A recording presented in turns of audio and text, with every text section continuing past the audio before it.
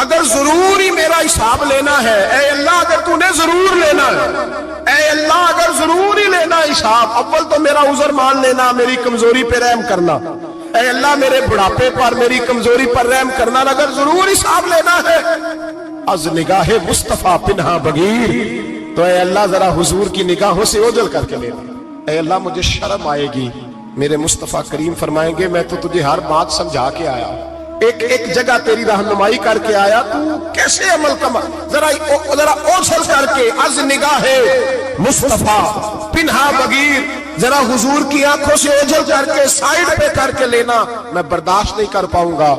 حضرت ابو علی ایتی کہتے ہیں بابے نے سر رکھا ہوا ہے اور کہتے ہیں اللہ مجھے اندھا کر کے اٹھانا، فرماتے میں گیا، میں نے کہا چلو میں دعا کرتا ہوں جا کے، فرماتے جب میں نے جا کے بزرگوں کی کمر پہ ہاتھ رکھا، ان کا چہرہ دیکھا تو یہ کوئی گناہگار تو نہیں، یہ تو بغداد کے پیر عبد القادر جیلانی ہے، یہ تو محبوب سبحانی غوث سمدانی ہے، یہ تو وہ شخص ہے جو قدم لگائے تو اللہ ولایت عطا کرتا ہے۔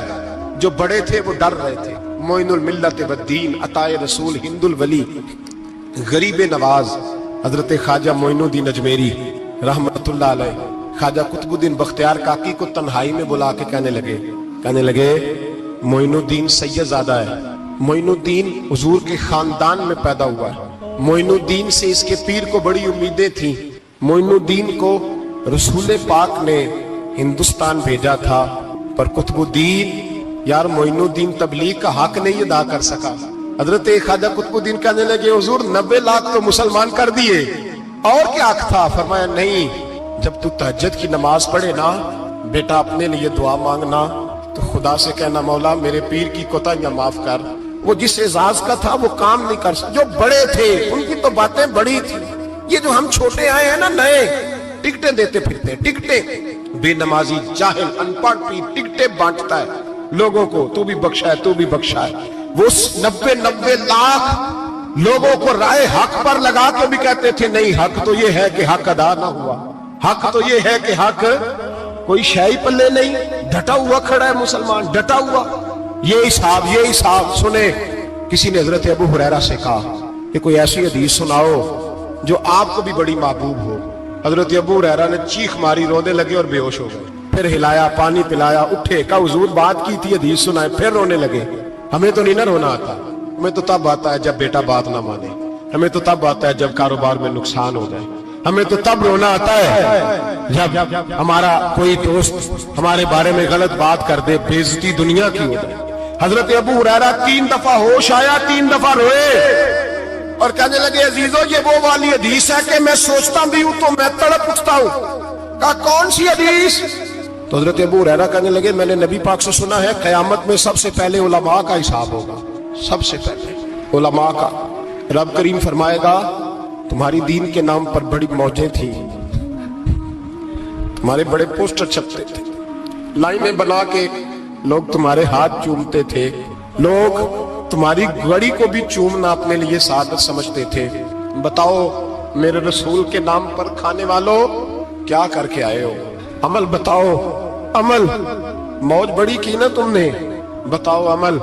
علماء عالم عرض کرے گا اے اللہ میں جگہ جگہ تیرے رسول کے دین کی بات کرتا تھا، میں قرآن کے درس دیتا تھا، میں راتیں بیدار رہ کے تیاریاں کرتا تھا، میں جو بن سکا کیا۔ رب فرمائے گا نہیں، تو نے تو اس لیے کیا تھا کہ لوگ تجھے پیر صاحب کہیں، مولانا صاحب کہیں، تیرے نعرے لگائیں، تو لگے نہیں پھر تیرے نعرے، پھر لوگوں نے لمبے لمبے القابات پکارے نہیں تیرے۔ حضور سید عالم علیہ السلام فرماتے ہیں پہلا حساب اس کا لے گا جو عالم کہلاتا تھا۔ رب پوچھے گا تجھے طاقت دی، ہمت دی، بولنے کی صلاحیت دی، اپنے فضل سے دی، بتا کیا کما کے آیا۔ حضرت ابو ہریرہ روتے ہیں، کہتے ہیں میں بھی تو حدیثیں سناتا ہوں، میں بھی تو عالم ہوں، میرے پیچھے بھی تو لوگ بھاگتے ہیں، لوگوں بتاؤ اگر اللہ نے ابو ہریرہ سے پوچھا تو کیا جواب دے گا؟ اللہ فرمائے گا علماء کے لیے بخاری مسلم ہے یہ اٹھاؤ اور جہنم میں ڈال دو۔ امام غزالی فرماتے ہیں اگر کسی عالم کو سزا ملی تو سب سے سخت عالم کو ملے گی۔ دعا فرمائیں اللہ میرے جیسے لوگوں کو ہدایت کا رستہ عطا فرمائے، اور جو کہتے ہیں سمجھتے ہیں اللہ اس پر عمل کی توفیق عطا فرمائے۔